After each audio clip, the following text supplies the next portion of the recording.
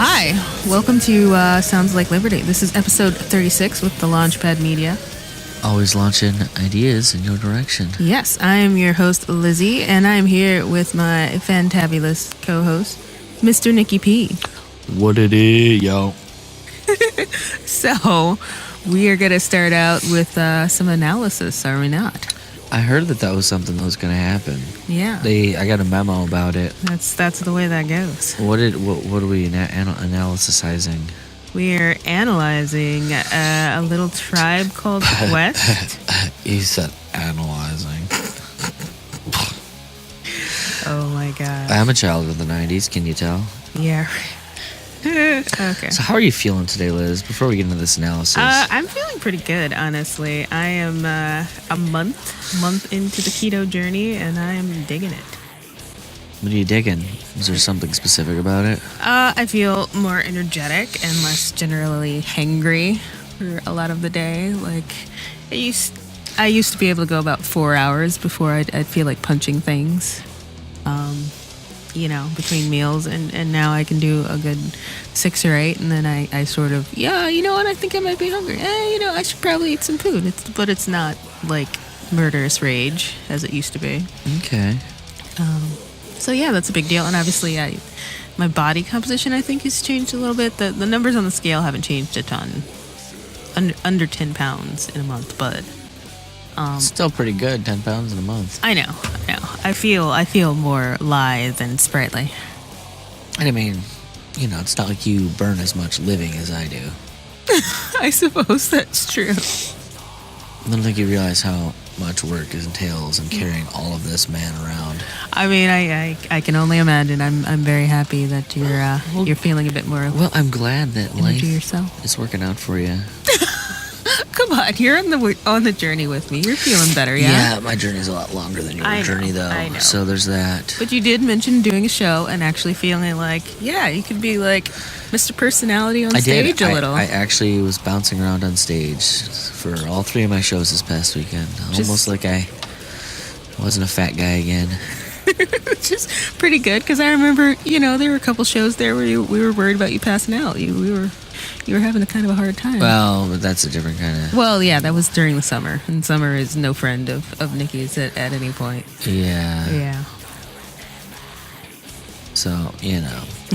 Anyways, so I'd like to remind everybody, head over to supportsll.com to join the Freedom Choir. I got some fun stuff that's going to be getting in there, aside from all of the normal full unmusicked episodes that you get. Right. All the interviews we got up there. We have some things in the works that I'm going to be putting up there. Ooh. And that'll be fun. How exciting. It should be exciting. Nice. So I look forward to that. You got options. I think literally like $10 a year you can support us for and get access. There are other options than the more expensive ones. You can do it per month if you just want to donate for a month. That's fine too. But we love the support. It'll help us do things like we go to Pork Fest this year. Yeah. Which I'm doing, but if we could make that more painless, and actually, if I don't have to like prostitute out my wife while we're there. Yeah, we could actually enjoy and maybe come up with some Pork Fest content while we're there, as opposed to crunching numbers the whole time. Yeah, like how much am I gonna not eat for the next 2 months? Anyways, also, we still have the freedomsong365.com going on right now, and I'm gonna say there's been some interesting stuff put out there. Yeah, we have a grand old time. Luke actually messaged me and said that between me, him, and Sherry, we've written up about 20,000 words so far on songs. That's a whole lot of value in talking about libertarian music there. It's only been going since January. I'm curious as to how long this thing is going to be when we're ultimately done. He introduced me to Hemingway, which is a pretty interesting piece of software. Nice. Or pretty interesting website, whatever. So that's quotey quotes. No, it analyzes your writing. Oh, fancy. And apparently, I write at a 5th grade reading level. Fair enough. I mean, honestly, that's probably good for most readers. Yeah, no, I not too challenging. I look at that as a positive that I can talk to stupid people. That's not stupid. There's a whole show. Are you smarter than a 5th grader? Liz, do not compare me to those people. I'm sorry. I apologize for having invoked Jeff Foxworthy on the show. Don't ever invoke Jeff Foxworthy in my life, let alone my show. Oh my God. Anyways, folks, so let's get into the actual meat of the show. We have a great interview coming up later with Killian Hobbs. Yeah. Of Coffee Shop Philosophy, I think is what it is. And my favorite kind of philosophy. And the Think Liberty crew. We had a lot of fun with Killian. He's people in my own heart there. But before we get there, let's start with some analysis. All right. We have a fun one today. We the People. By A Tribe Called Quest. Yeah. Where's this one going to go? It's who does he mean by the people? Is this a reference to America? Is this a reference to black people? What is this? Well, we're about to find out. Are we about to find out, Liz? Yeah. All right. What if I just drop it right now and said, yeah, of course. This is all just ask your own. Google it. Yeah. I mean, come on. No. All right. So here we go. We don't believe you because we the people are still here in the rear. Ayo, we don't need you. You and the killing off good young nigga mood. When we get hungry, we eat the same fucking food, the ramen noodle. Your simple voodoo is so maniacal. We're liable to pull a juju. Should we pause there? Sure. Should we? That seems like one idea. Yeah. That he presents in this first verse. And gotta love Q-Tip. Mad respect for being one of the most interesting MCs out there. And he is. I could tell you right now that I'm not going to be fond of the song. Yeah. Mostly just from where they're coming from right off the bat. Well, it has some very erroneous understanding, so I don't necessarily look at it as being his fault, but it is some. This is going to be some trash, folks. Let me just tell you right now. Now, no. It goes downhill, I think, after this first verse or after this first part. But all right, so let's start here. I mean, the whole thing obviously is referencing, it's referencing solidarity between black people, which once again I think collectivism is fucking stupid. I don't care white black people. The state is a fucking military force that's occupying an area, and that's horrible. So I do like the idea that we don't need you.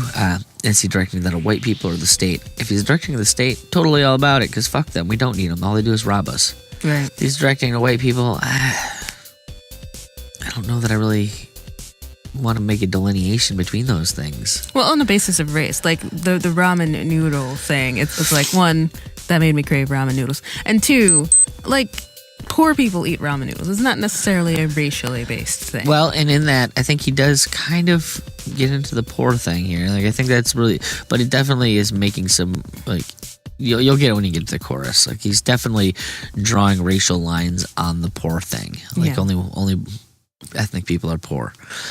And obviously he's, makes the point of focusing on police violence, which I think is a huge fucking problem. It is a problem. And it does disproportionately affect black people. Yes. Mostly because a confluence of very bad things, mostly started and put in motion by white people. I'll agree to that. And by white people, I just mean the fucking state. Right. The white people. They're the with ones. Power. They're the ones that created the drug war, and they're the ones that fucking militarize the police. They're the ones that do all the terrible shit that the white people are part of. However, without bearing that there are cultural influences that also help this, that is another factor. Fair enough. All right, so we get past him talking about. Why don't you start there with the irony there? The irony is that this bad bitch is my lap. She don't love me. She make money. She don't study that. She gon' give it to me. Ain't gonna tell me to run it back. She gonna take the brain to wetter plains, she spit on that. The doors have signs, but don't try to rhyme. With VH1 has a show that you can waste your time. With guilty pleasures, take the edge off reality. And for a salary, I'd probably do that shit sporadically. The OG Gucci boots are smitten with iguanas. The IRS piranha seeing getting commas. Brothers in the hood living in a fishbowl. Gentrify here, now it's not a shithole. Trendsetter, I know my shit's cold. Ain't settling, cause I ain't so bold. But hey. So, again, talking about distraction. And distraction is definitely a huge addiction, I think, among people who are struggling, among poorer people. I know I've spent a lot of time just kind of killing time watching TV, all that jazz. What else could you be doing, Liz? Bettering your situation, I suppose. How are you going to do that? In some manner. Well, the answer is different for everyone, but I think you're probably more likely to make more progress on it if Go and fucking hustle. Find something. You're actually, out Find hustling, some way for somebody to fucking pay you. as opposed to sitting on your couch. So, yeah. So here's where he really starts fucking with me. Mm-hmm. We're to the chorus now, folks. All right. All you black folks, you must go. All you Mexicans, you must go. And all you poor folks, you must go.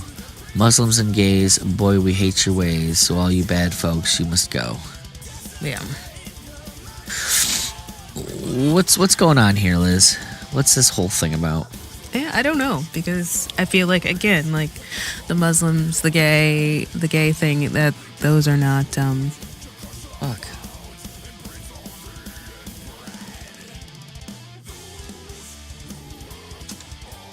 Yeah, okay. Sorry. Got distracted. I thought the computer was fucking up on me. But no, those aren't I hate racially not recording. specific. Yeah, they're not racially specific at all, I mean, I feel like there's probably some correlation in places. Liz, he starts off with all you black folks, all you Mexicans. Well, no, and that's what I'm saying. I'm saying the black folks and the Mexicans and and Muslims and gays are all different things. Yeah. So I don't really understand him complaining that, like, oh, well, the government or, whoever, white people, whoever he's talking about here, just wants to get rid of all of these groups because, oh, they're bad.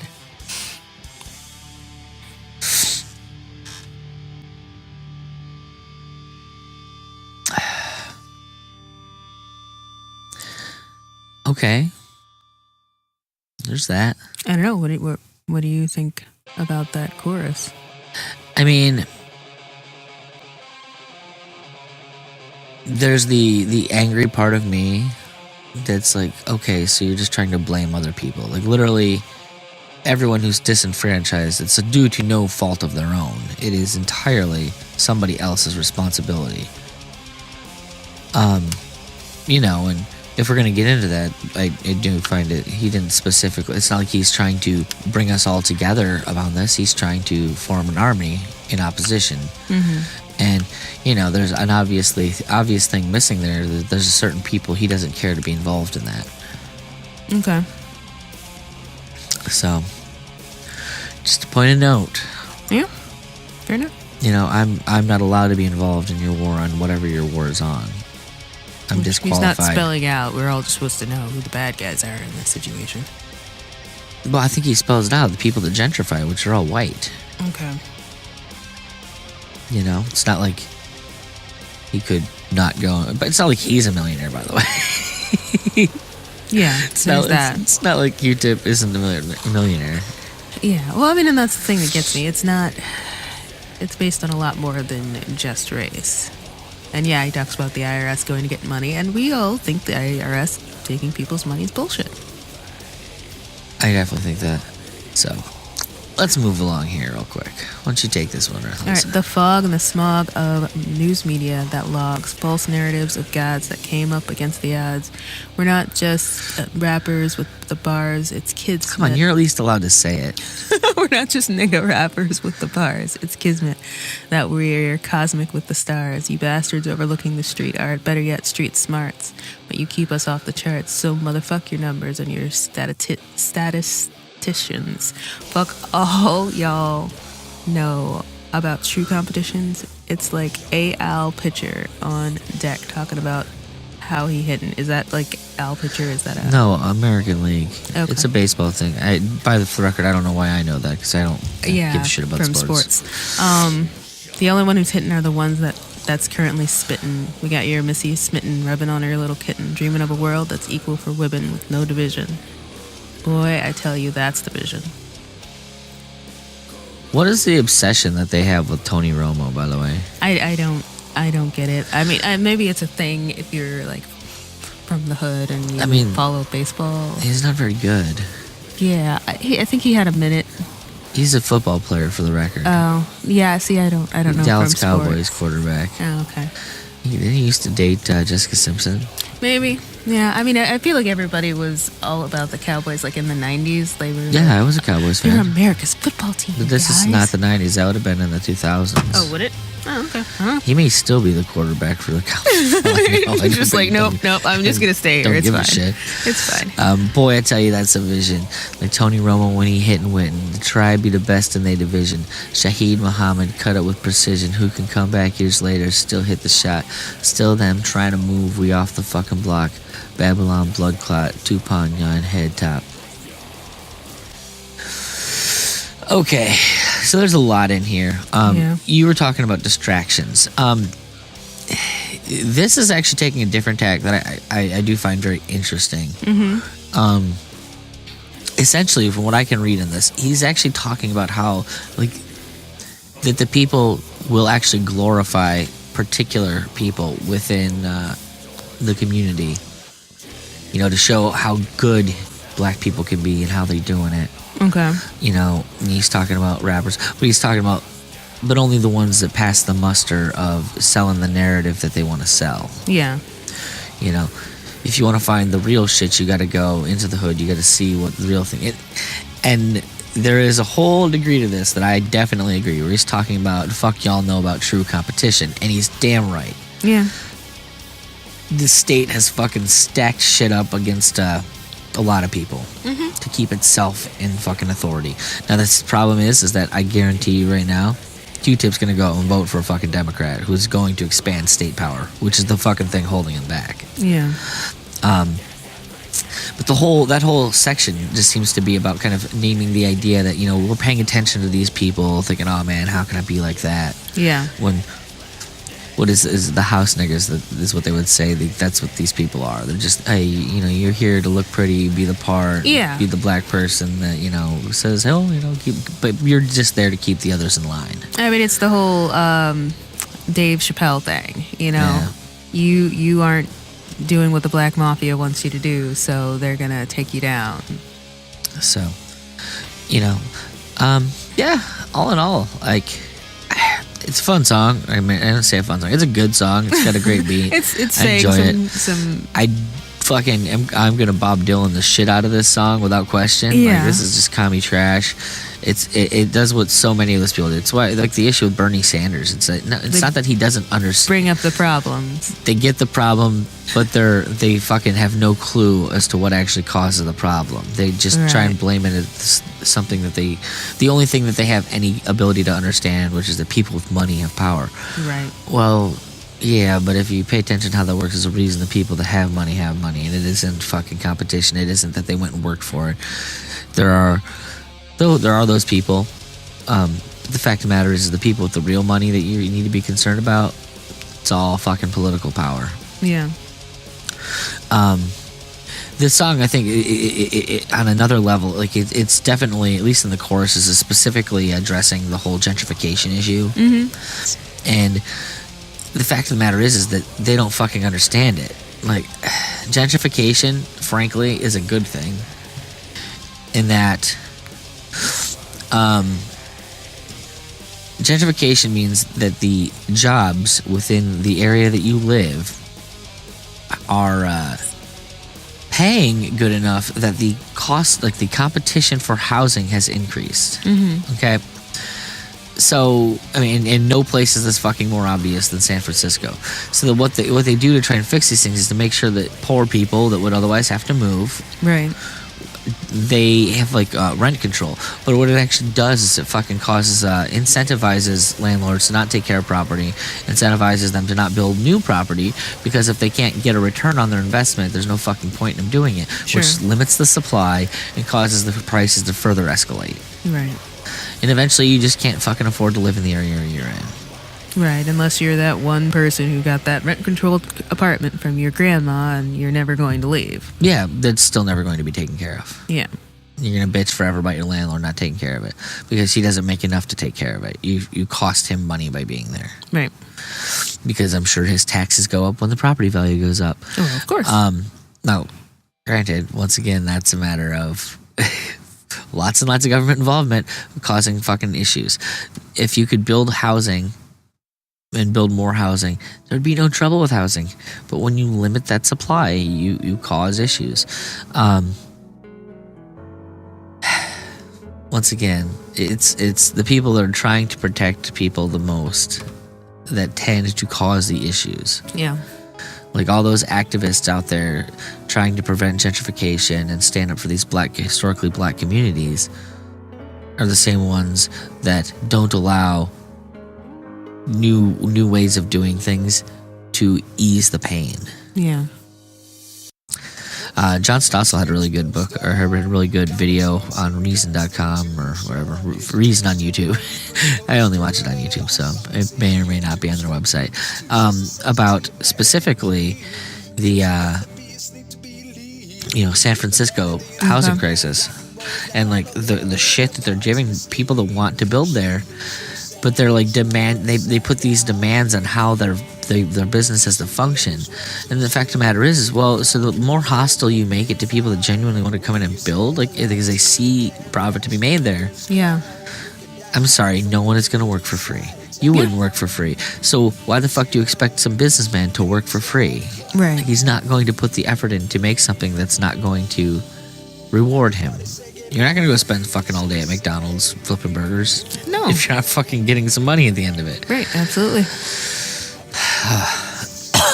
Sorry, this whole song fucking frustrates me. I can tell. And that's, it's okay. We have to talk about these things in the way that people see them, or else, we're not going to understand that other viewpoint. For the record. Apparently there's a lot of people who have that viewpoint. If you haven't grasped, Liz hates talking about race. Yeah, I'm not a fan of it because I don't see a lot of progress being made in all of the let's talk about race a lot more than we ever did. Let's just bring it up at every possible opportunity. It hasn't pushed anything Liz, in we don't any talk, good but that's the direction. thing. We don't talk about race any more than we did. When we grew up, we talked about race all the time. Yeah, just nobody got offended. No, we just everything. didn't accuse people. Like people weren't accusing the other races of anything. Yeah. Like, I mean, I frankly go out of my way to try and not be hostile to people that fucking are hostile as shit to me because I by accident of fucking birth, I happen to be white. Yeah. Like that's something I have to fucking deal with. I find it frustrating. Do I think that makes me special? No. I don't think it makes me special at all. If anything, it does make me, have to deal with shit that black people have had to deal with their whole lives. But I don't know why we're trying to make everyone. That's my whole the whole collectivist thing. It's not about making anyone's life better. It's about making everyone's life worse. Equally shitty. Yeah, I don't want everyone's life to be shitty. I want to try and uplift people. I want to make people's lives better. Right. I don't want to fucking. Yeah, and I don't. I mean, I think we should all know that, an eye for an eye leaves everybody. You talking church shit over there? I mean, it's one of those quotes. She's like, when it applies, and I'm just like, whatever. Anyway, so that was "We the People" by Tribe Called Quest. What are your thoughts on it? Obviously, yeah. I can second your Dylan because they do the really frustrating thing where they bring up all the problems, but they don't say what you should do about it. But they act like you should just know that there's some big wig just somewhere. Be angry, you should and being be, angry will fix pissed it. Off at. Yeah. Being angry fixes nothing. Sadly. All right, well let's move on to I Heard This Happen. All right. Welcome to I Heard This Happen, the segment for aging hipsters. Each week we scour Bandcamp for underground new releases to wow your teenage children. So without further ado, here's new music. Okay, so this week on I Heard This Happen, I'm gonna start because I didn't have much to say about my album. No, it's not that it's a perfectly fine album. I have no issues with it. I bring it to the table because I liked it. Yeah. However, jazz is weird. Like, I love listening to it, but I don't know, articulating myself about it. It's because it's just something that you feel, man. You just get in the groove. Well, Man. no, I think it's just because it's not something I've spent my entire life being way dived into, that I don't have the language to talk about it in any great depth. Gotcha. Like, I like it when I like it. You know, I don't know how to name a bunch of modern jazz artists and shit like that. Like, I know some of the greats and stuff like that, but so I'm bringing an Italian jazz trio. Okay? Ooh. The artist is Lisipi, and the album is also Lisipi. It came out on the 14th. Okay? I do love some music from Italia. It is 10 tracks. And the way that I'm going to describe this is just going to offend the shit out of these people, but I don't care. Okay. It's like, it reminds me of the music Ben Folds used to fuse pop and punk with to create his style. Nice. My favorite song was I Really Don't Know. Okay. First things, do I really need to have a logical reason to enjoy Italian jazz trio led by a hot Asian woman? No, I don't think you do. I think that's a no. Okay. Like, 'cause seriously, like a hot Asian lady. Cool. Dig it. Now, if I have to get into specifics, I particularly enjoy like how just the tracks kind of go all over the place as far as style. Like, they don't. A lot of times, like people will have their definitive jazz style. Nice. They kind of stay away from that. And they like the songs kind of touch in different ways. It's not like I was listening to, you know, smooth jazz for an hour. It's not like I was listening to classic jazz for an hour. There's elements kind of mixed in of all of the above. Gotcha. It definitely seemed to feature the bass a fair amount in the song creation. Okay. And there is no vocals, so it is an instrumental jazz record for those that are into that kind of stuff. One of my favorite parts of Bandcamp is that it brings me shit like this. Because I can guarantee you, otherwise I would never have heard an Italian jazz trio before. Well, and that's, what I love about, because I love other cultures, and I love getting exposed to that stuff just accidentally or incidentally. Yeah. Yeah. I mean, it was either this or a lot of Finnish metal. There's a lot of like metal from Finland that came up in my thing. Working for you. Yeah. Nice. So, Very cool. What do you got this week? I have a record called 12 Months by a band called Curious Quail. They labeled themselves as a chiptune band. Not entirely sure what that means. As we know, I'm not awesome with all the genres. To me, chiptune is quite specifically electronic music that's designed to sound like video games music. Okay, nice. Dig it. Like if you ever see Chiptune Remix, it is essentially going and taking music and making an 8-bit remix of it. Nice. I didn't get a lot of that from it. They created this album as a concept over a year, and they came up with different requirements for each recording, of each song that had to be done within a month. For example, number 10, track 10, is called Cosmic Wound, and the restrictions were, I'm reading from their website, curiousquail.com, if you want to check it out. It had to be in the key of G minor. It must contain a bridge section. The bridge cannot contain drums, and it must have a vibe of devastatingly sad. And this is obviously one of my favorite songs on the record because I like sad songs. But it's sad songs is it's so just much. fun to see what they do with all this stuff. And I remember those sad songs. Sorry, you sent me down an Elton John path. It's okay. I like the Elton John. Our love is gone. You know the sad song says so much. Nothing like 80s Elton. Yeah, it's hard to argue with that. But no, I'd listened to this just as a record, not knowing all the background, but the background does kind of add a nice layer of fun. I enjoyed just kind of the different directions that they went with the music. And to me, it sort of reminded me of, at times, of Stephen Page's songwriting, with kind of vocals that reminded me of Chris Martin from Coldplay imitating Dave Matthews. It was just kind of funny because these are all like young kids in this band. But that was kind of the sound that I got out of it. And, it has a lot of different fun musical things going on. I enjoy the chiptune elements, but I don't feel like they're bonking you over the head with them. It just sounds like kind of poppy, rocky stuff. Okay. Yeah, I think it's worth checking out for sure. Cool. All right. Well, that was I Heard This Happen for the week. So, we have, as stated earlier, Killian Hobbs. Mr. Killian Hobbs. I've been excited about this one. I really, really like his show, Coffee Shop Philosophy, on the Think Liberty Network. And I got to pick his brain a little bit about IP theory.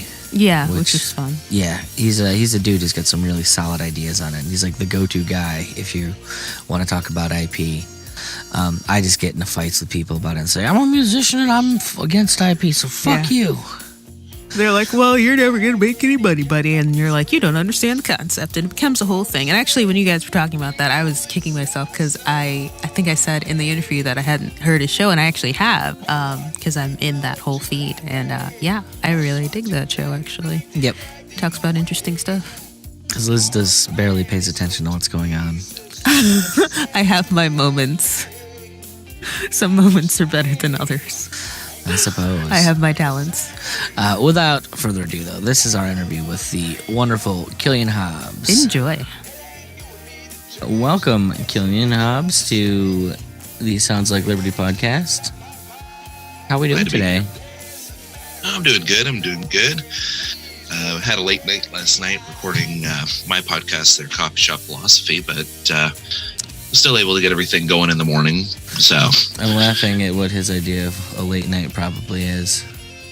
I mean, you're making assumptions in that case. I am. I'm assuming his late night wasn't 5:30 in the morning like mine was. Ooh, yeah. No, not that bad. Yeah, I don't sleep. I got a number of things I'm trying to make happen right now, and sleep just seems like it gets in the way.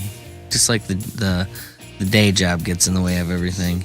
It's never enough time. Yeah, it's one of those, why am I spending 8 hours on this? I can make it 5. I can make it 4. Oh no, it's come dangerously. Like honestly, like if I gave up one day a week, I could book my music more and make more money, honestly. Like there's a certain degree which it literally gets in the way of me making more money, and it's upsetting. Especially when my boss has taken to micromanagement more than in the past, and that's the worst. Yeah. But I mean, I as I said, I don't dislike my job.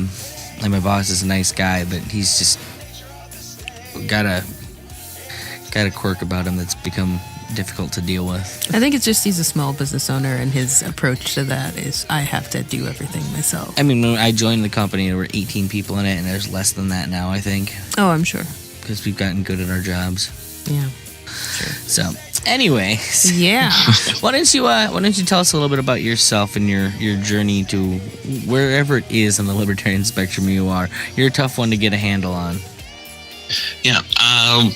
Well, I'll start off with, I guess I should start off how I got involved in just the liberty movement in general, I suppose.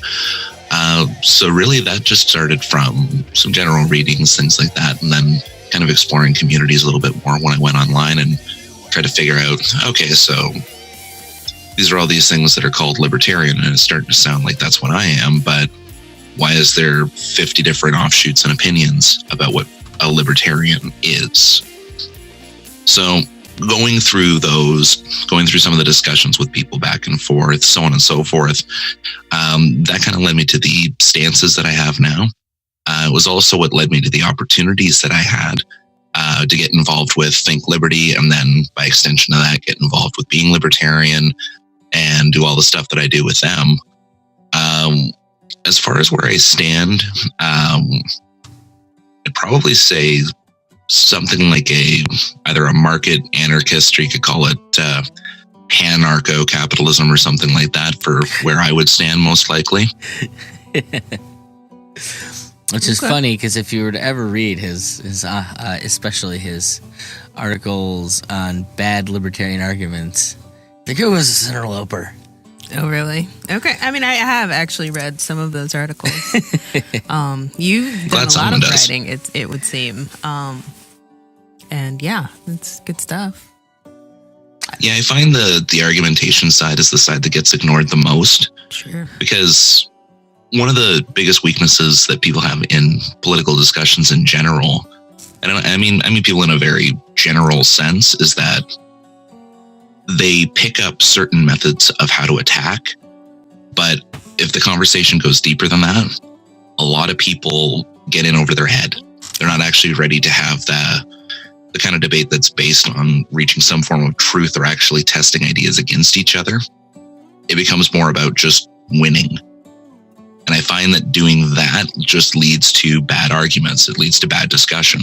Beating people up is fun, though, especially verbally. Well, yeah, but when they can't file assault charges that way. You start relying on a couple of, stock moves instead of actually thinking. That's the problem. I'm well aware. I enjoy the articles.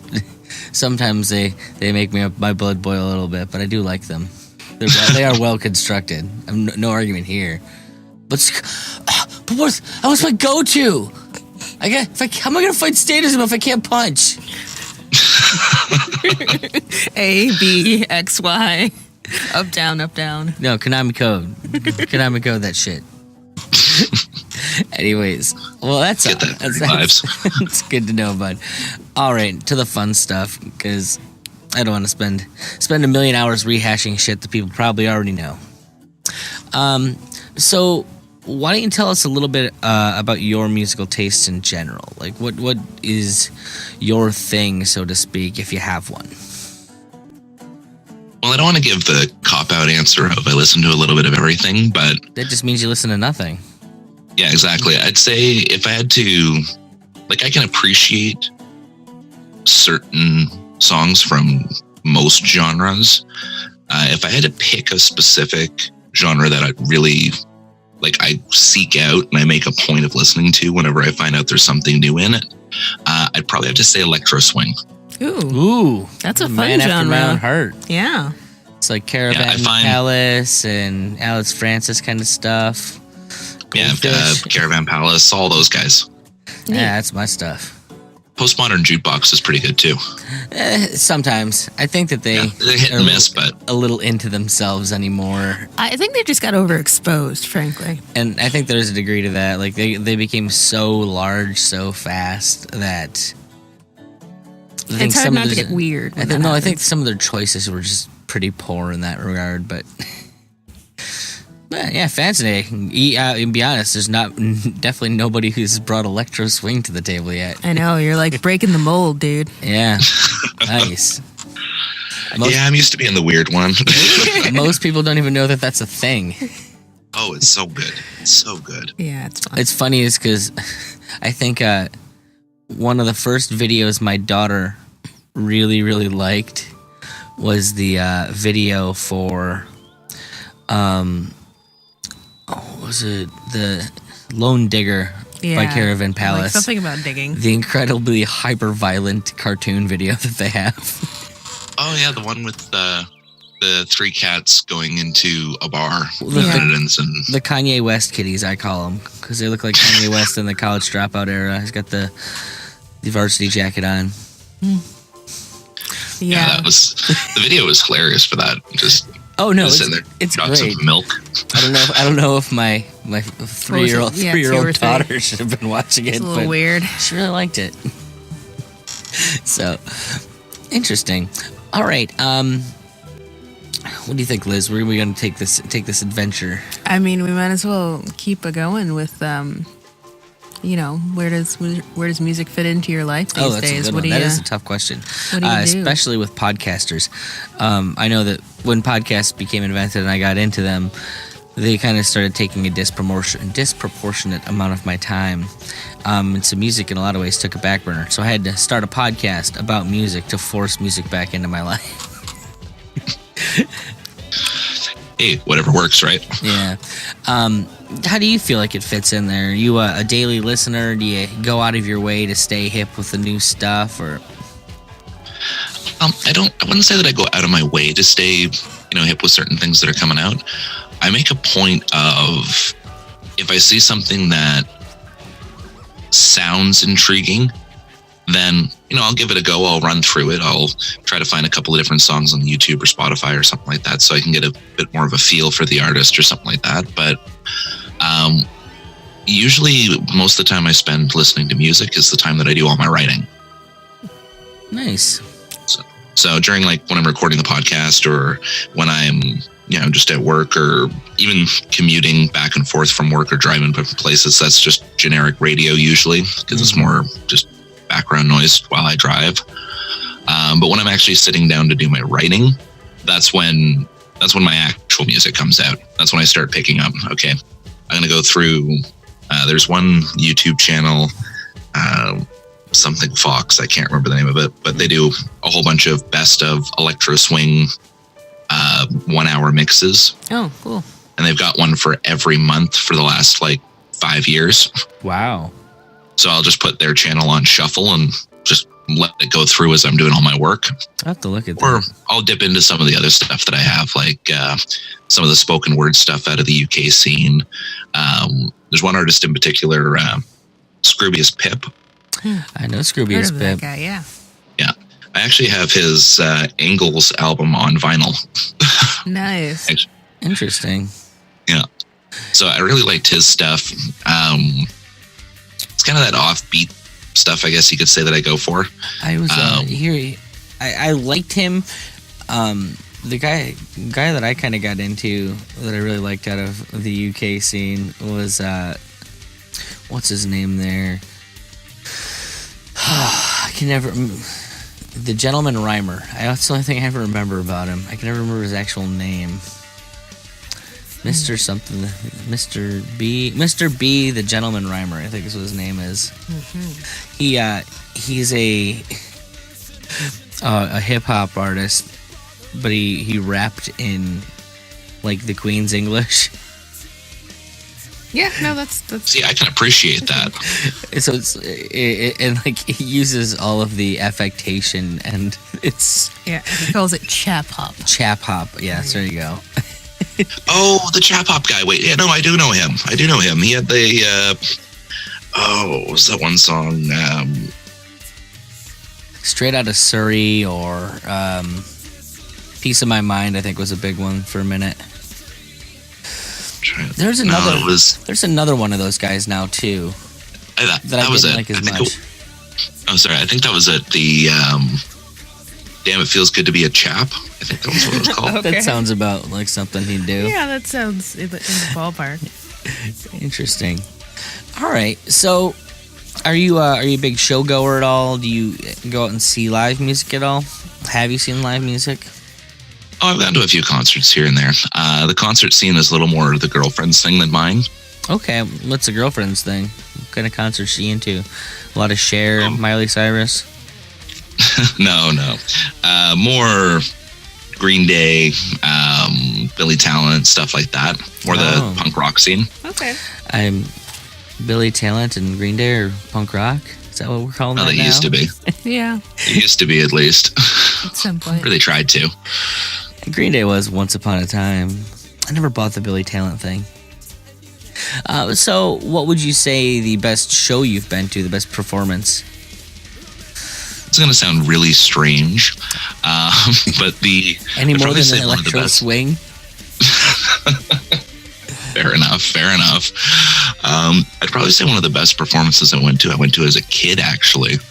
It was in Ottawa. For the people that are listening that don't know this, I'm actually Canadian. And Ottawa is the capital of our country. I was in Ottawa when I was a kid, and there was the 5-man electrical band did a performance. Ooh, interesting. And just kind of the energy with the crowd and everything else, it just was I don't know. It seemed like it had more of just a vibe to it. Like it wasn't just people yelling and shouting because the famous people they like were on stage doing their thing. They were actually just into the music, it seemed. That's pretty cool. And of course, I was 10 at the time, so 10's a good take from age that what you will. to start doing concerts. I feel like though, because you're old enough to have the enthusiasm, but young enough to have the energy. Interesting. I don't know that I'm terribly familiar with the group. They did a lot of music in like 70s, 80s. Gotcha. It's classic rock. Oh, nice. I haven't listened to them in ages. Yeah. I know of them. I don't know, or I couldn't place what they actually do. Their biggest song was Signs. Yeah, I know. I even that, like, it's one of the, I know I've heard the song. I couldn't tell you what it sounds like right offhand.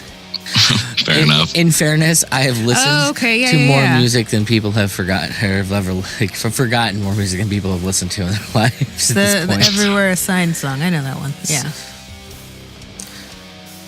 You mean the hippie song? The hippie song. Can't you read the sign? You know. Interesting. Yeah. That's a good song. That is a good song. All right. So you've seen some shows. The question I was like, I'll say it's the what do you call it? Soundtrack question.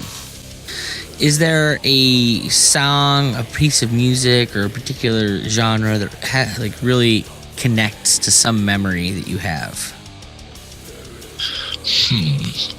Particular song that connects. He's too well trained. This doesn't meander enough.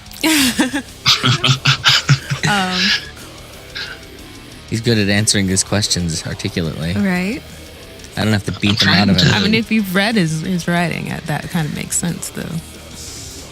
It does. I've also listened to his podcast, so. So there you go. I have not. I'm trying to think one that links to a particular memory, and I can't say one entirely off the top of the head. I mean, I could do this. What song did you lose your virginity to? It's because if there was music playing, I guarantee you remember it. Well, there's that. I think it was one of the old adage is that like most people's musical taste stops when they start getting laid. I think the idea is that you stop caring about music and really just focus on getting laid after that point. Yeah. So the idea of listening to new music doesn't occur to you anymore. Strangely enough, you'd not believe how accurate that statement actually is. No, it paints a really weird mental image. Like imagine some of the tracks that people could lose their virginity to. There's a lot of really awkward tracks one could lose their virginity to. Like just imagine you look back and you have that memory, and all of a sudden, what was it? It was something like poisoning pigeons in the park because you left some random album on like loop. That would be a great story. Mm-hmm. I know that for me the soundtrack was the best of the Who. No, it just doesn't seem like a bad way to go. And technically, it's not when I lost my virginity because I was in a field when I did that, and there was no way to play audio around in that time period. There's just the noises in your head. That was the first time I got blue balls, and nobody likes blue balls. It was a rough day. That seems like a rough day. So, teenage love. I suppose. I wouldn't know about that. Yeah, that was my first really intense like relationship, and it was weird. As it would be. If you can ever imagine, I think I broke up with her calling her an intolerant bigot. I think you just wanted to use $10 words for breaking up with the girl. Probably. You were like 15. I mean, this is me. Yeah. Did we stall long enough? Did you come up with something? No, I was just lost in thought for a moment about he tells all good of stories. the terrible songs someone lose their virginity to. Yeah, there's a lot of them. I assume that there's a lot of what's that? It's Muskrat Love. Okay. Okay. Well. How about you, Liz? What was yours? I don't know if we've ever talked about that. I don't remember, to be honest. I don't think there was music happening. I don't think of you as having ever lost your virginity. I know, it's funny, isn't it? I have Yeah. that aura about me of like some sort of weird, charming, demure thing happening. But no, it did actually happen. Oh, weird. All right, well, you could poke the girlfriend and ask her and say, "Hey, what song did you?" Okay, now you're just trying to make like life awkward for people. Well, that is entirely what I like doing. My life is awkward enough. I'd spread that out. Share loaded, as they would say. Yeah. Awkward is good. Well, what do you like to listen to while you're oh no, we talked about Yeah, that we already too? did talk about Yeah. that. You see, He's too good. we're both very not awake right now, I know. and you're too good at this. So, all right, we can move to the big questions. Yeah, Is that all we let's got go for left?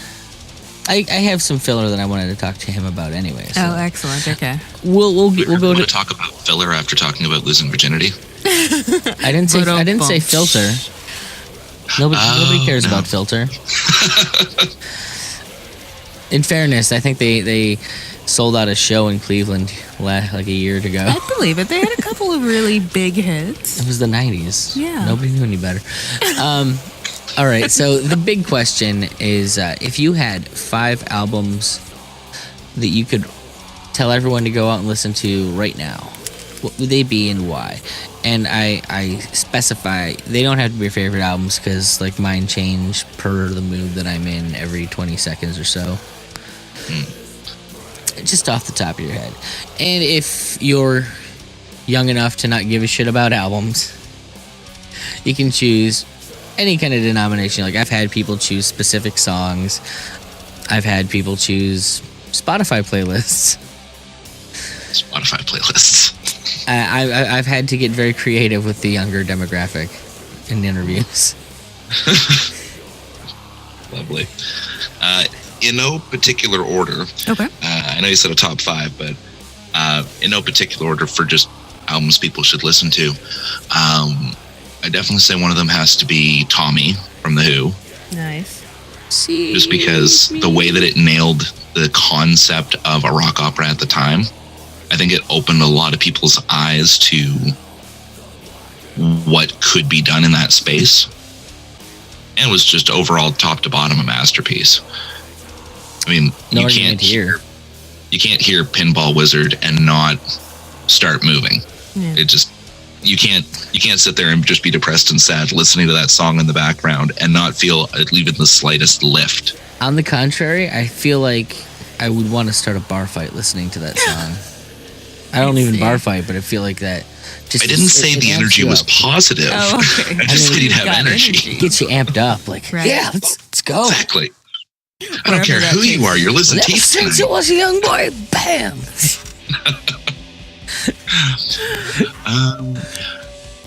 Let me think. Other albums. One I'd probably recommend as well would be Demon Days by Gorillaz. Oh, nice. Oh, back when they were still putting out good ones. Yeah. See, Like I honestly think from start to finish that album's a masterpiece. Yeah, it's a very I'd have to good You agree. don't like all of them. Yeah. Like even if you don't like every track, the way that it all flows together as one piece, that I found was really good. Because a lot of albums now, at least the ones that are quote unquote mainstream, end up being They don't make many of those anymore. and they're just collections of songs. Yeah. Like there isn't a lot that goes into the art of making an album anymore. But from the concept of an album as a total piece of work, that Demon Days I would put at the top of the list. See, Yeah, solid. their Gorillaz are always a tough one for me because they're not Blur. And you Yeah. want them to be Blur? I want them to be Blur. You want everyone to be Blur. I kind of do. And not the shitty Song 2 Blur that everyone in the States knows. Oh, actual Blur is good. I mean, Damien Albarn's voice sounds like heroin. He was really good for a very long time in like creation. I didn't like his group, the Good, the Bad, and the Queen, all that much, but I think that was too British for me to get. I mean, you know, the Queen's in the name, so it's got to be pretty British. I think that might be my favorite description so far. He sounds like heroin. That's awesome. See, and I think Mark Lanigan sounds like heroin. Well, no, that always makes me think of that band that you like, Alice in Chains, because he just sounds so flipping out of it. He does at all times. It's amazing because if you listen to the Unplugged, like he managed to do that entire thing with all of his teeth falling out. Yeah, it's really hard. Like listening is one thing, but watching the video is just like I can't do it. I just can't watch it. I'm sorry. We're side railing our dude here. Oh, sorry, dude. Oh no, it's all good. I think 3 other choices I got to put in there. One that I really enjoyed was the first album Gnarls Barkley put out. Oh, nice. They put out more than one. St. Elsewhere. Yeah, St. Elsewhere was their first one, if I recall. I really liked that one. Again, just because the way that the way that it kind of attacked things was good. Like the direction that they took for the music, mixing, you know, CeeLo Green's singing style, but kind of, well, just letting Danger Mouse do his thing as far as the tracks were concerned. Plus, they didn't position things as normal, like songs are normally positioned, or the messages in them are for something that goes mainstream anyway. It was things like, yeah, that one song, Monster in the Closet, and it's about a guy who's basically a monster and he recognizes it because he was a member of the Klan. And that's just supposed to be like a groove beat on this album, but it sneaks that message at you. Yeah. I am always fascinated by groups that like are kind of subversive in that. I mean, I'm a big fan of Mother, and I'm endlessly fascinated by how they're such an upbeat music, and their lyrics are endlessly dark. Yeah, like hard dark. Those are some of my favorite groups, though. Not a lot of people in the States listen to them, though. Yeah, Mother's pretty good. I can't stand their one song, Infinitesimal. Oh. I don't know that I just can't stand it. Is that the rest of it, like newer stuff then? Yeah, like the rest of the stuff they do, I'm not mad at, but that particular song just kind of, I don't know, something about it just grates. In particular, like my real jam by them is the song Wrecking Ball, which is just, it's so banjo-y and like bright and airy sounding, and like the entire song is about breaking shit. Yeah, it's literally about just being furious and breaking things. And I find 2 other artists that do that a lot too. Little new on the scene is Alt J. I didn't like that. They had that one hit that I really liked. I could never understand what that guy was saying. If you actually pull up lyrics for some of his song, one of them just sounds like a generic party hit, and it's about how people's lives are being ruined by doing copious amounts of cocaine. Oh, jeez. And then another one sounds like a get everyone together party track, and it's actually about overthrowing the government. Nice. I one of my favorite songs ever. Have you ever listened to Dead Womb by Death from Above 1979? I think I've heard that. The important thing is it's an incredibly hardcore punk song, and if you listen, if you can't make out the words when he's actually singing it, but it's like actually a really conservative kind of like lyrical content. Like the whole song is it's so many girls I've known have poisoned their wombs for sure. I'm sick of all these girls poisoning their womb. And it's like, so the chorus is ultra fast and aggressive as hell. So tired of sluts coming to us in the clubs with their cocaine. But it's just, you listen to the music and it would give you the complete opposite impression of these guys to like what they actually are. Well, I mean, that was kind of like Frank Zappa too, right? Oh, sure. Is there a way like to Frank Zappa was ultra conservative, but he was also, for the time considered a long-haired freak. Well, it's funny because back in the 90s, they made that movie about the whole Tipper Gore situation, and they kind of painted him as being like they painted Dee Snider as being the more like you'd expect Frank Zappa to be the guy that could really sell those ideas, and which is probably says something about like libertarianism in that you've got the button-down guy who is capable of being the conservative and capable of being the upstanding, articulate guy in the room, and then you have the dude who walks into the courtroom in ripped up jeans, and and it's not the guy. It's not the guy you think that's capable of selling the message all the time. So, well, I'm usually the boring guy in the button-up shirt. I mean, I hate to say it, Larkin Rose converts the shit out of people, and he's all I've ever seen, just a fucking weird-looking dude in a t-shirt. Whatever works, right? Yeah, no, for sure. Meanwhile, you have Tom Woods, and all he gets is back chat for the work that he does. So then you got like Jeffrey Tucker, who everyone ignores what he says and just goes on about his bow tie. Look, I respect anyone who wears a bow tie, specifically for wearing a bow tie. I think the more people we get wearing bow ties and suspenders, the better off we are. Yeah, I mean, it's a fashion statement. It's far superior. I'm just going to throw that out there. Yeah. I listen to what he says sometimes. Usually I don't know. He's such an asshole to people that I respect in the movement is my issue. And he gets into the identity politics crap, which pisses me off. Are we talking Tom Woods or Jeffrey Tucker? Tucker. Yeah. Tom Woods tries to stay away from it. They try to impart a lot of that shit onto him, but that's his own thing. Forward progress, though. Mm-hmm. We got two more or we got one more? Two. Yep. 2 more albums? All right. Let me think. Speaking of Danger Mouse, just from a musical perspective, I'd probably recommend the Grey album. That's good. I was waiting for you to get there. Yeah. Oh, so good. For those that don't know. It's an interesting thing.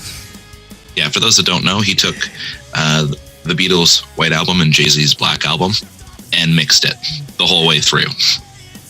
I'd honestly say like that version of 99 Problems is the best version that's out there. Like, he made a beat out of he made beats out of some of like the most interesting snippets of Beatles songs imaginable. Yeah. There's I can't remember song. Dum dum dum dum dum dum. Oh yeah, and it just like loops this like little Beatles riff that's like a nothing riff. Yeah. But it like hits so hard the way he looped it. They had their moments. I think Jay-Z's the superior part of that personally, but well, I'm sure. But if you capture the good moments of the Beatles and then put that with Jay-Z, it is a great. That's why it's so great. In relation specifically, Killian's talking about the 99 Problems on there's tight. Yeah, it was good. It's wildly different than the original too, which I really like about it. Well, that's the thing too. Like when you're doing a remix of a song, it shouldn't sound like a slightly different version. It should sound like a remix. It should sound completely different, or there should be enough of a shakeup that it's its own song. Are you a fan of Starfucker or STRFK, as they're sometimes known? Because they've actually the name sounds familiar, but I couldn't honestly say that I listened to them enough to know. They're like more about them. A modern synth pop kind of group, but they released a whole mixtape of hip hop. Like basically, they took their songs and like remixed them, similar to what they did with the Black Album. They just picked like some of the real club bangers from the early to mid thousands. So you've got some E40 and 50 Cent and Lil Wayne, all these like real club bangers over top of this really atmospheric synth pop, and it's freaking amazing. Just thinking about some of the combinations you could make there Oof. Like I'm endlessly fascinated by people remixing 50 Cent's Into Club, which is an annoying song, the original, that I don't particularly like in the first place. But if you never know it listening to the original, but the way that the vocals flow in it is really, really weird. Like, it sounds normal over the beat that they use, but if you put it over top of any other beat in the world, like, the vocals, they come out in an odd place on the beat. So it makes this flow sound so much cooler than I think it actually is. Nice.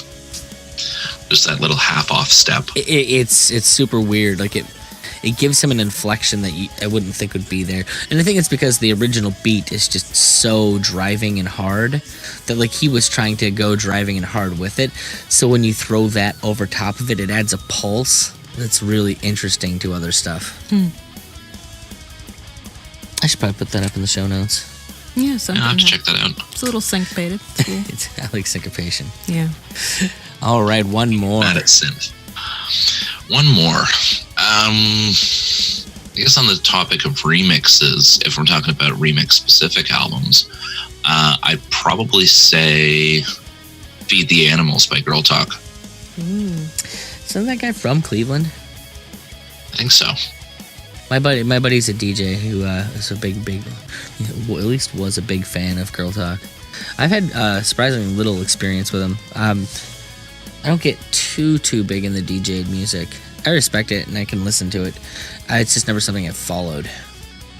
I don't really follow it so much as I came across that particular album, and when I was listening to it, I'm like, all right, and he's just mixing a bit, and then I realized in the course of maybe 2 minutes, there'd be at least 30 or 40 different songs that were cross-blended together. That's cool. Nice. So it's like the level of detail and the amount of things that he made play off of each other, including like even just 3-second little clips that just made it perfect. Less from a music perspective itself, and more from a respect for the composition.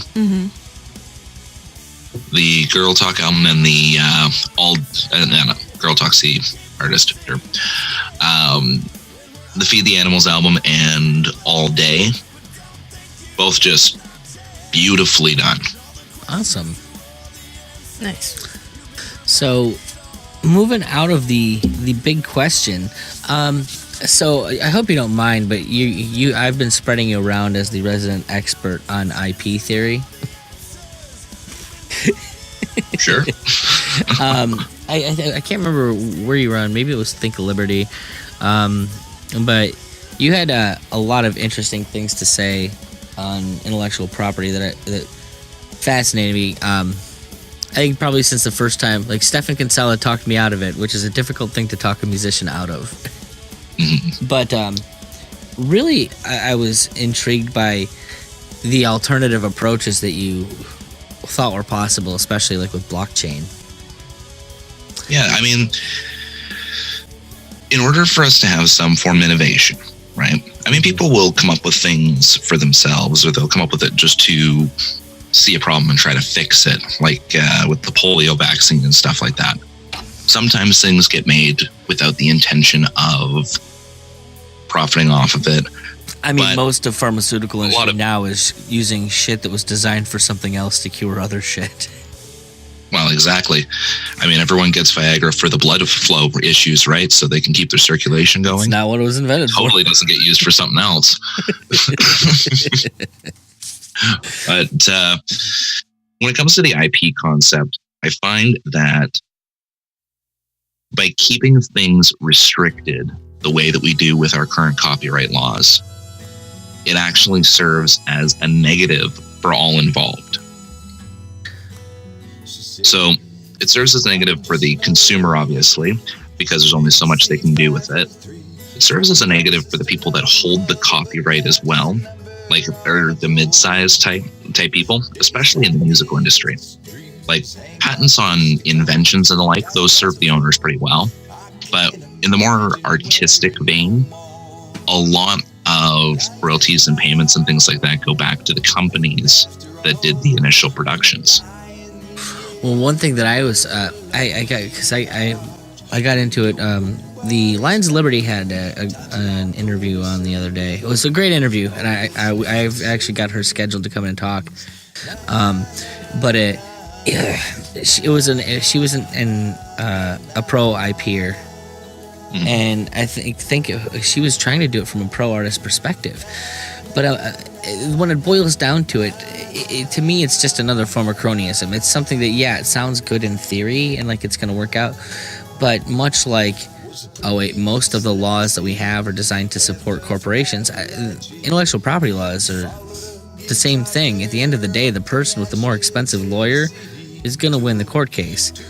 In particular, like I continue to come back to what happened with Robin Thicke for that song that he had a couple years ago, and he was sued for ripping off one of Marvin Gaye's song by his family. Like, Give It Up or whatever. Yeah. And while you can tell that the song was an homage to this like Robin Thicke song, like you can hear that part of it there.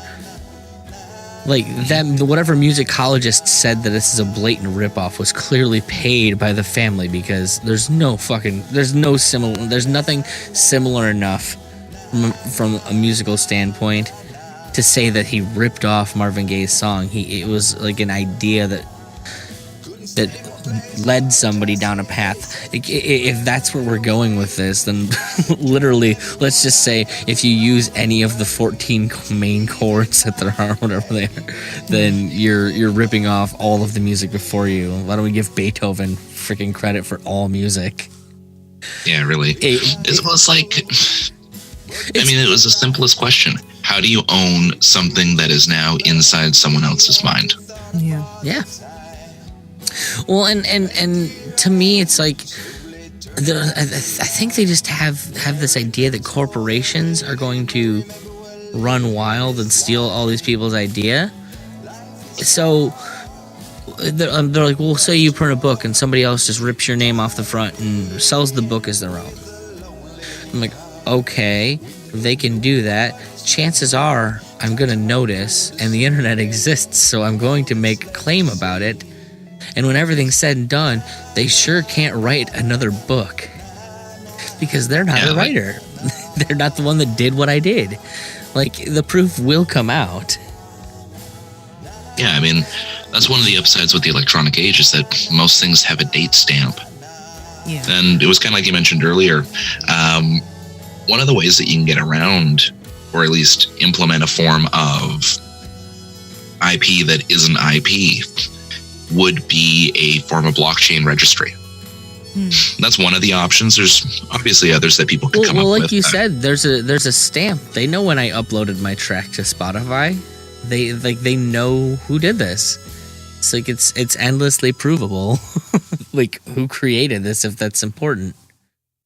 Yeah, so even if you got rid of the IP law, we would still be able to find out who created the original. So, let's say we come up with, say, a song. We go off the music route.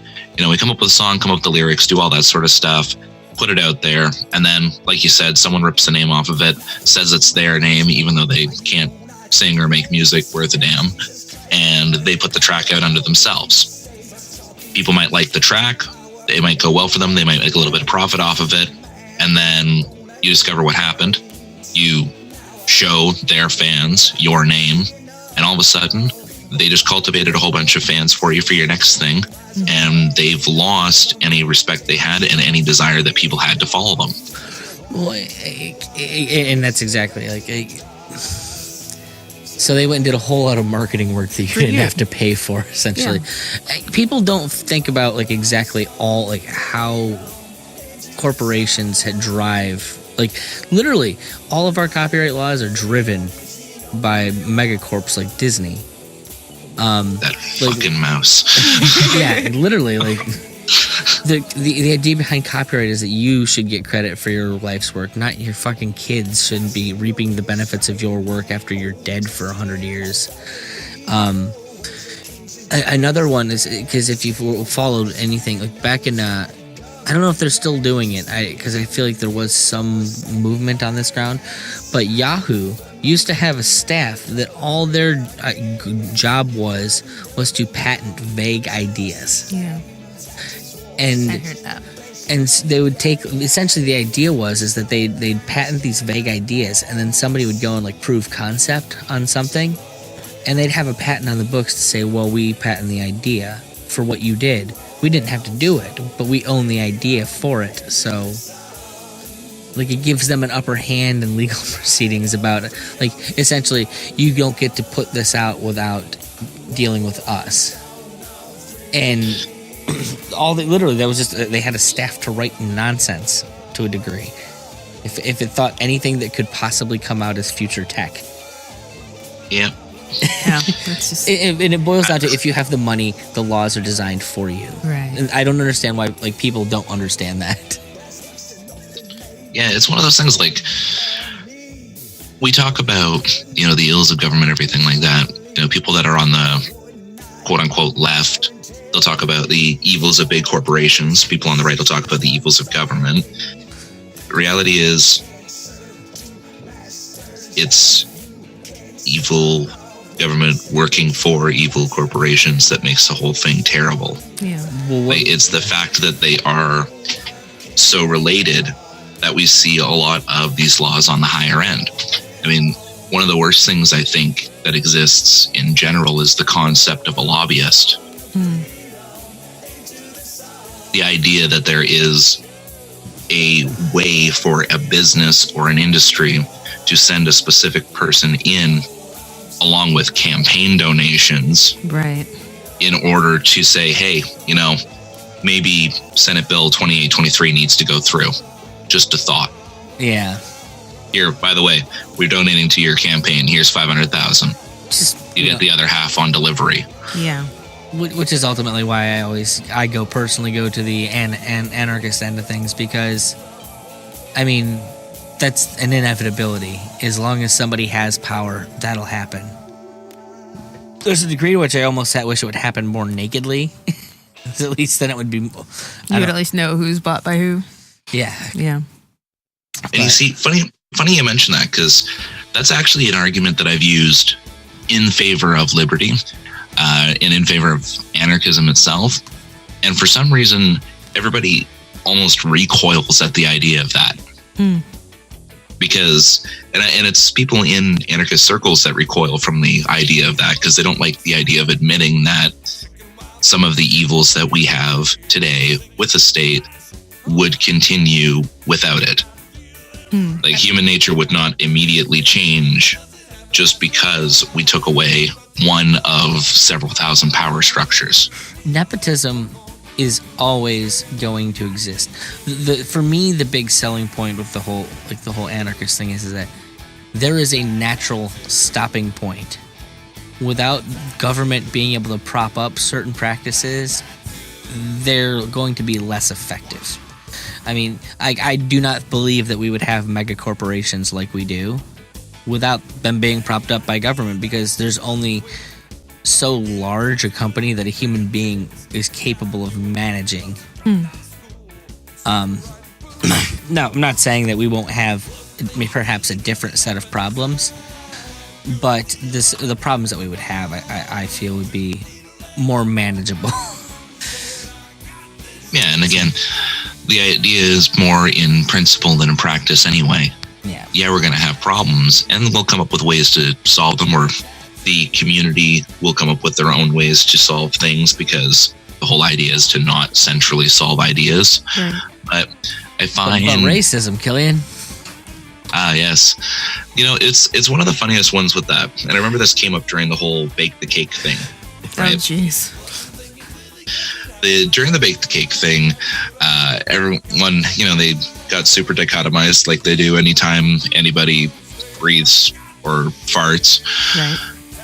But during that whole debacle, there was an interview with Jordan Peterson. Now, I need to clarify, I am not really a big fan of that man. I'm not. I could give or take him. I've said it a million times. I think he teaches you nothing that you wouldn't already have if you grew up Catholic. It's literally my take on him is, he'd be great if he stuck to his job. Like, some of his actual in-depth psychological papers were pretty decent. When he started to get into generic life advice, like We Cared, that's kind of when I just kind of go, all right, you're not that much of an expert. Well, but here's the thing, and it doesn't matter how good or bad he is at that.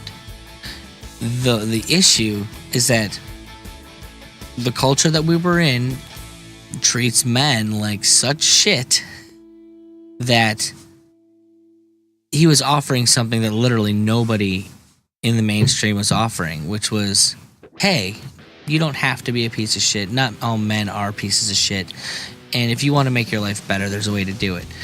Like, the only way that people give a fuck about men is as an afterthought if they don't outwardly go out of their way to try and oppress them. And clearly there was a market for that. And that's the issue. There was apparently a big fucking market for what he was selling. Which by the way is, hey, you can take control of your life. I don't feel like that should be as groundbreaking fucking idea. There are possibly worse messages than it to is. send, yeah. Now, the particular way he goes about it, I think, is kind of silly, but yeah, it's not so much some of his messaging. Like I said, it's because if it was a matter of his messaging or something like that, then that would be the ideas and they'd be separate from the person. Mm-hmm. It's a matter of how he personally does it. That's where I ended up having my issues with him. I think for me, the thing that really sticks in my craw is I hate hero worship of any kind. And to a degree within the libertarian community. Don't get me wrong, Ron Paul did a lot of great things, and I do think that he is a great man. But there's a point at which things kind of veer towards hero worship that, like, yeah, guys, I'm not buying into anybody as being infallible. Yeah, no. Just not really my thing. You know, people have maybe some good things about them. I'm sure if we really dug long enough, we could find something really shitty. I think one thing that'll make me different is that, like, where everyone with Ron Paul, they'll still bring up the letters, and I'm like, yeah, guys, I'm sorry. You don't, like, if we were to discredit everyone that might have said something racist at some point in their life. Everyone from the South. Literally everyone in history 50s. is discredited. Because by today's standards, every human being alive has said something that's appalling. Yeah, pretty much. So, I do not think awful people can't have great ideas, unfortunately. It's true. It's true. We've gone quite wide. All right. Well, now seems like as good a point to end because I'm gonna have to get ready for work here in a minute myself. There we go. But dude, it was a lot of fun. Hope you enjoyed it. Thank you for having me on. Anytime you looking to chit chat, give us a ring. It was fun. Indeed. Awesome. All right. Anything you want to plug real quick? Check out my podcast that comes out every Thursday, Coffee Shop Philosophy, under the Think Liberty Podcast Network. You can find my writings on either think-liberty.com or on beinglibertarian.com. And you can actually follow me directly on Facebook just by searching Killian Hobbs Author. And I put out different memes, articles, random opinions, stuff like that through that page. Nice. Awesome. So, all right, boss. Well, hey, you have yourself a good Tuesday. You as well, my friends. Take care.